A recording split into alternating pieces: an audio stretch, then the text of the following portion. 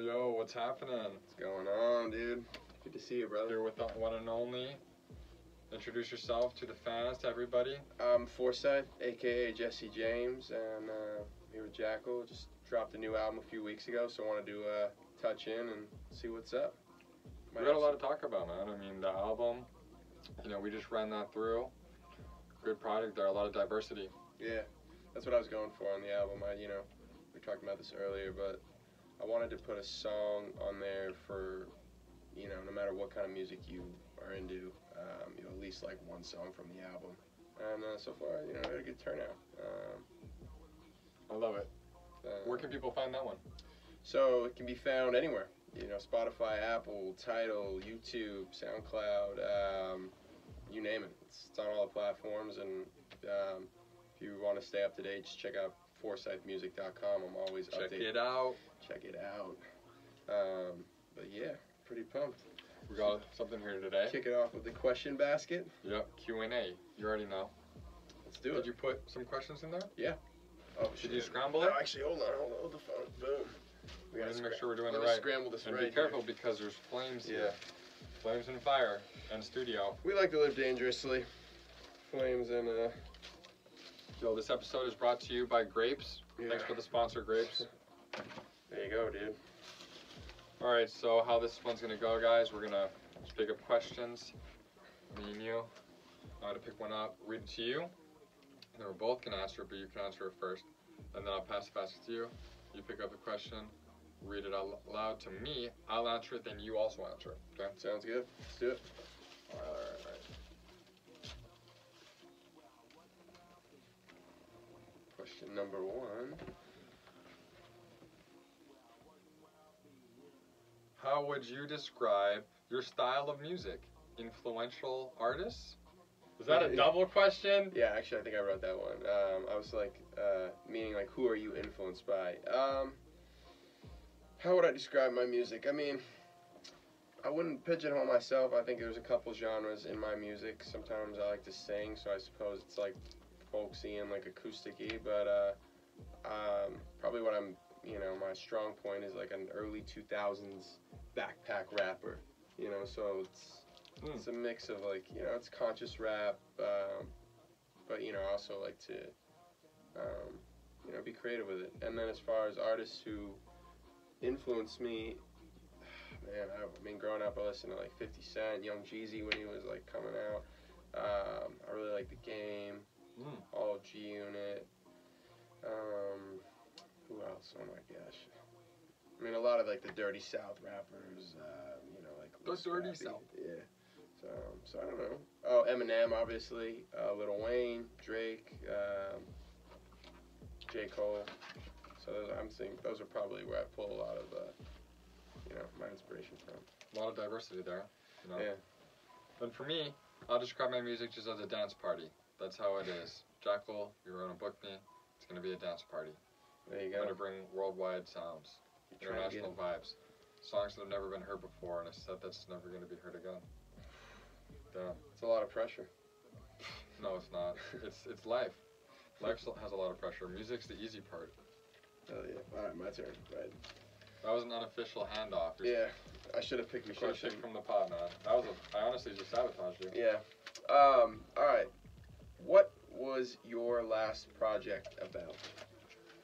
My last project? Fuck, man. What does that even mean? Because I'm working on so many projects. Track, what's the most recent? I had an album drop today. It was 16 tracks, and it was with Grammy-winning Skip Martin. Every track on there had him, and me and him just collabed. It's called EDM Lounge, and it's just straight up, like the title says, an EDM lounge album of dance and jazz. It's pretty great.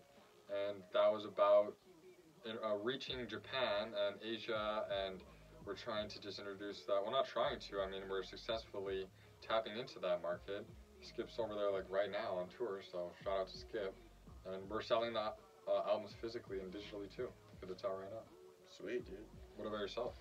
My last project, as I mentioned earlier, I just dropped an album called Somewhere in Between. Available anywhere. Go check it out.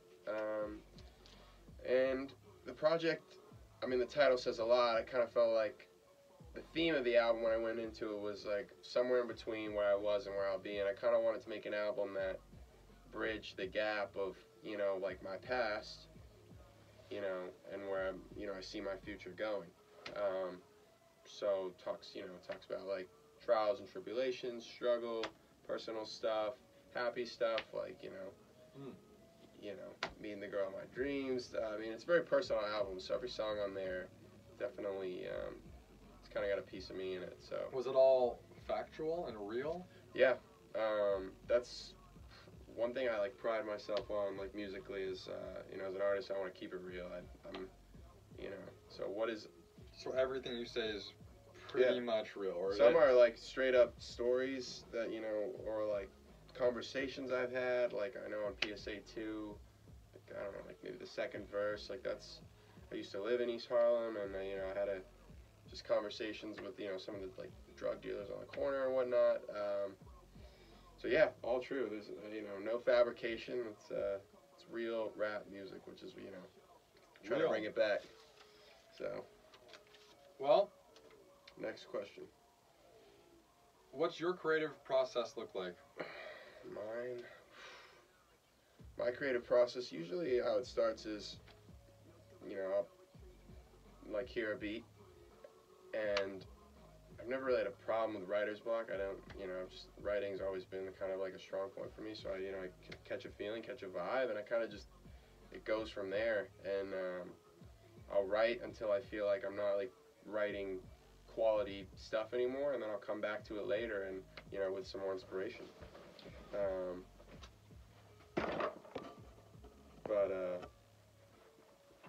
That's beautiful. Yeah. What about you? I just like to pretty much just let it all kind of happen organically, and like you said about being real.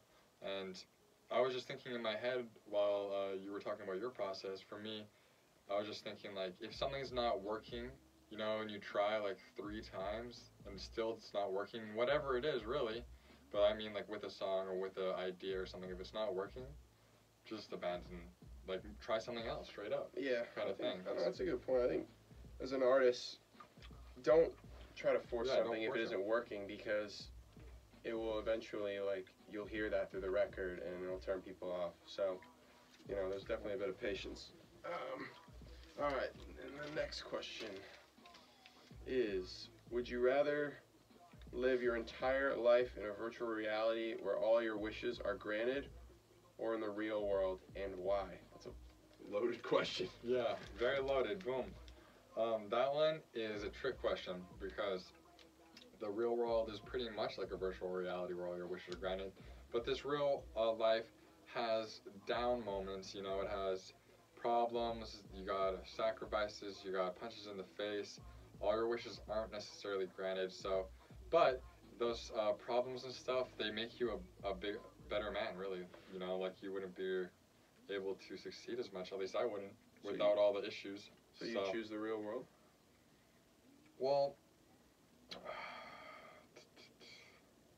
I definitely would choose the real world, because that freaking where all your wishes are granted thing sounds like a straight up Simpsons Trios of Horror episode. Yeah. It's gonna have a twist. Yeah, I know. Like something bad. Every wish is granted, there has to be a downside. What about you though?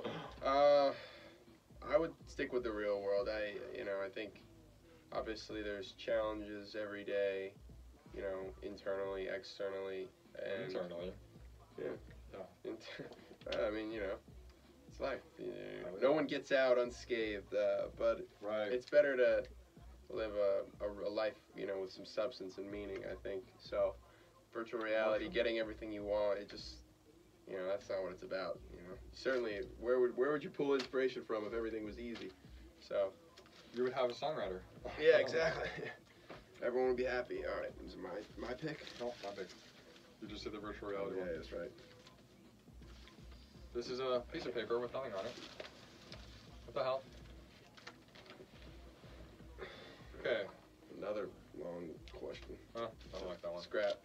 That was a bad one. It said, I'll just read it for the sake of it. It said, if you had to make a funny face that would win you $1 million, what would it look like or something? I don't get it. I don't think my face could do that. I think So how did you set your name? Go get your name. How did you get your name? Again, I have really great writing skills. How did I get my name? It's my middle name. So again, like, I guess touching on the question earlier, I wanted to, I didn't want some corny, like, made up name. So, and obviously being like a white rapper, I didn't want people to, you know, think that I'm trying to be something I'm not, because my music's real and my name is real. So Forsyth is my middle name. Perfect. Just like Drake. So mine's actually the exact same story. Jack Edward Lazaron, JackEL.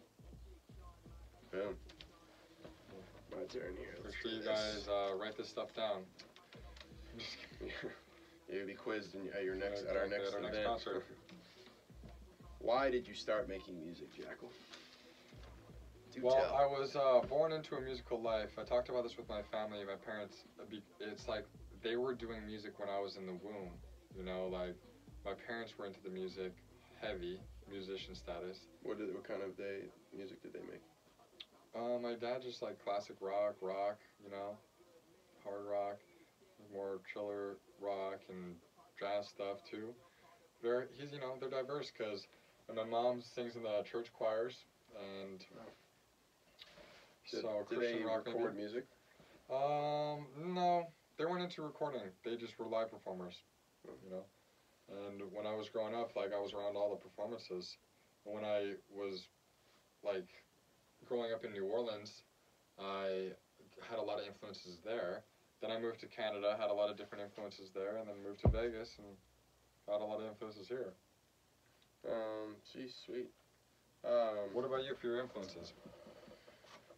Why did I? My influences / why I started making music. I don't know. It was I think I was kind of,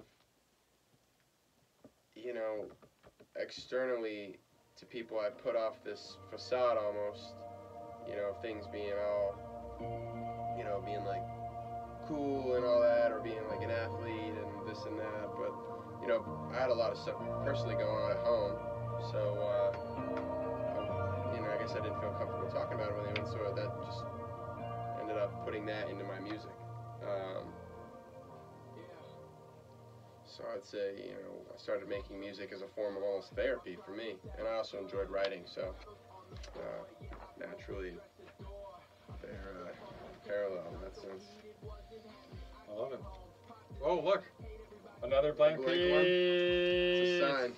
Light it on fire. That one's been lit on fire.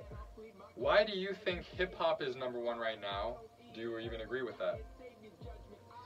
I think it is. I mean, whatever you listen to, it's kind of, I feel like it's always been this way, but hip-hop is, you know, it's kind of determining the direction of our culture, I suppose. You know, it's like a young genre a lot, and, you know, the youth is soon to be, you know, in charge, so I think, yeah, it is a number one genre. What about you? I just think, yeah, it's like people want to rebel, and hip-hop is all about rebelling pretty much. It's like, turn that up, turn that shit off, turn that up. And it's like, you know, all the lyrics are pretty crazy, and yeah, it's going to get worse. I think there's going to be more clowns and more crazy cat people in the future that are going to be pop stars, man. More face tattoos coming soon. Not for me, but alright. This one looks great. For JackEL. Yeah. If you could go back or forward in time, which would it be? Well, I would go back, clearly. What the fuck? Because... Well, I assume, like, your age stays the same. Like, I think maybe this should also be prefaced with, you can go back or forward in time to, like, see or change something. But you can come back to the present. Come back, right. Okay, I agree with that. But, I think I would like to... It might be cool to go to the future, maybe, and actually learn some stuff to come back and tell people about, you know? That's true. From an investment standpoint, you could see what company... Yeah. You could hack the market. With that guy who thought of that. Yeah. I'm always thinking business.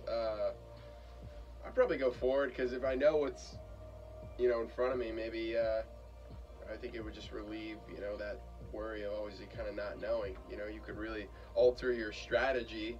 You know. But then you see yourself, you're fucking homeless, and then you're like, fuck, what the Yeah, fuck but then happened? it's like, oh well, fuck, I'm homeless. Like, that sucks. But I'm not gonna stress. Well, At least you know. But yeah, I mean, hopefully you're not homeless in the future, or anybody for that matter. that was a stupid one. JackEL's breaking all the rules. These are doubles. We've already answered these. Sorry guys, that was the late night question right there. Do you have a reoccurring dream like that you dream about? Yeah, I'm always running from something. For being fully honest, So it's more of a nightmare that you remember. I'm stressed. Yeah. So maybe I don't know. Maybe that's some deeper meaning, but. Do you ever keep your dreams written down? Dream journal status? No, not that. No. What about you? I have a dream journal in my phone. Like I just wake up and then I'll write it down in there. I'll try my best as much as possible. But as for the recurring dream thing, So what's in the dream phone? Dream journal. lots of crazy shit, man. So much. You know, I try to practice dreams. Like I think there's a lot of answers and stuff in dreams. You know, like it's so much of a person's life, like is a dream. You know, so it's like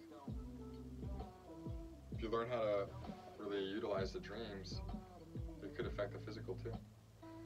It's true. What's the recurring one you have? Right, man. I always have those reoccurring ones are always eerie, yeah, for sure. But I don't really remember too much specifically. Just like some end of the world type shit all the time. So we both have buried demons, basically. Yeah, fuck. I'm always writing for something. He thinks the world's gonna end. Yeah. All right. Next question. If you won $1 billion, what would be the first thing you do? Oh, okay. Well, I have a mature answer to this, and I have like a JackEL answer to this, or two different answers. The JackEL answer is I would call my parents, and then just like already have gotten them the transfer or some shit, and given them some of it, and family, of course, and shit. But the mature answer then would be to get like a lawyer. You know, first thing you do is get a lawyer, because once you win $1 billion, bro, like your life's gonna change. In a sense of like people might know, and not everyone, but like family members, people might know, and you need to have like a lawyer to invest, a financial lawyer to. You wouldn't do something like happier first? You just go straight to a lawyer? Lawyer or family, and then I would become the #1 artist in the world. Of course, JackEL, I'd be selfish, bro. You would still, so if you won $1 billion, you'd still make music? What the fuck? Of course, I'm not. Yeah, definitely. I'd have a 6 studio. There you go. It's more than just the money. If I won $1 billion, I guess I'll do the same thing you did, mature answer, and then the James answer, or the Forsyth answer. Mature answer would be, I'd pay off all my debts and spread it around to the fam. Probably just wouldn't tell them, just drop it in there. Yeah. $1 million, bro. And then the Forsyth answer would be, I'd probably have like a whole, buy like basically like a compound. Yes. Like kind of like what Drake did, build out my own studio, you know, a couple nice cars, and you know, just get. Does Drake have like a compound house thing or what? Yeah, it's called like never. Don't quote me on this one, but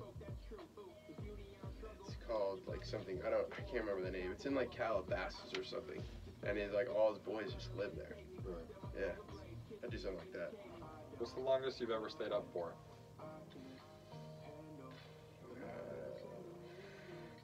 A little over 24 hours. That's not very long. I know. That's my answer's kind of weak. You? It's probably gonna be probably No, 3 days. it's just like 2 days, 3 days, I think maybe. I'm gonna try to stay up for a long time pretty soon here, maybe today. But just for fun. We'll push the limits. But no, just I think 2, 3. 2, 3. That's better than me, dude. Let's see here. What we got going on? You There's gonna be that one person that answers that question and it's like, oh my god, I haven't gone to sleep yet. Yeah, my whole life. What's something you're looking forward to accomplishing? The gold record. The gold record. The gold record. That's it. I can feel it. I can smell it. You heard it here first. I'm looking forward to just dropping a platinum album by next year. I mean, I just, I believe in my music, and I want to get it out there, see what other people think. High hopes. Respect, mom. Crush it.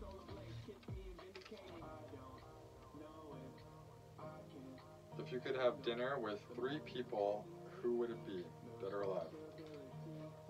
Wow. That's deep. Fuck.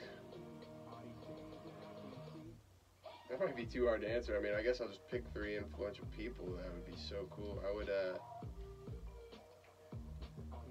I'd probably sit with Jay-Z. Here, like kind of, I feel like from a business standpoint, he'd be, or at least musically, that'd be interesting. I would sit with the Dalai Lama. That'd be pretty dope. Just for, get your spiritual game right. And the final one would be some powerful political figure. Maybe like Obama would be pretty cool.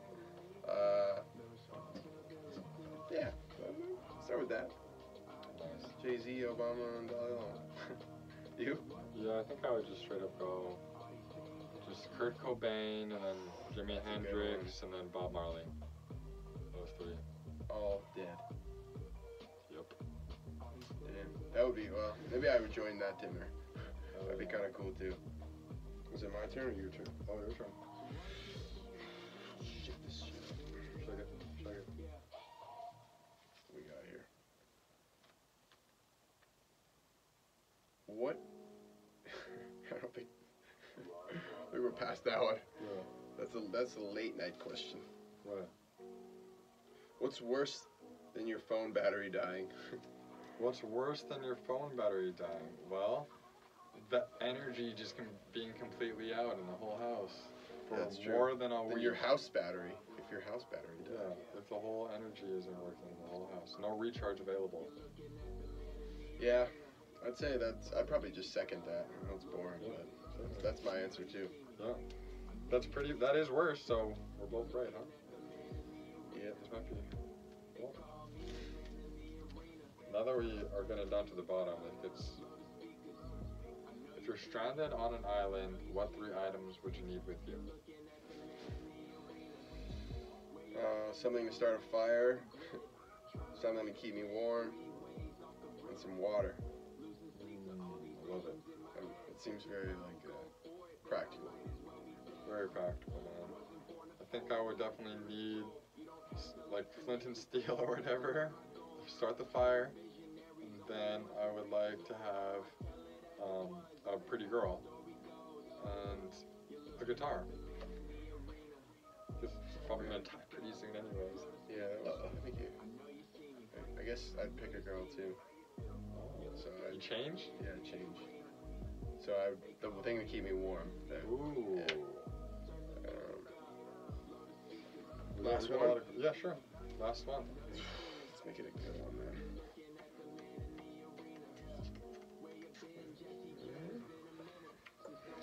Try to pick a good one for everybody.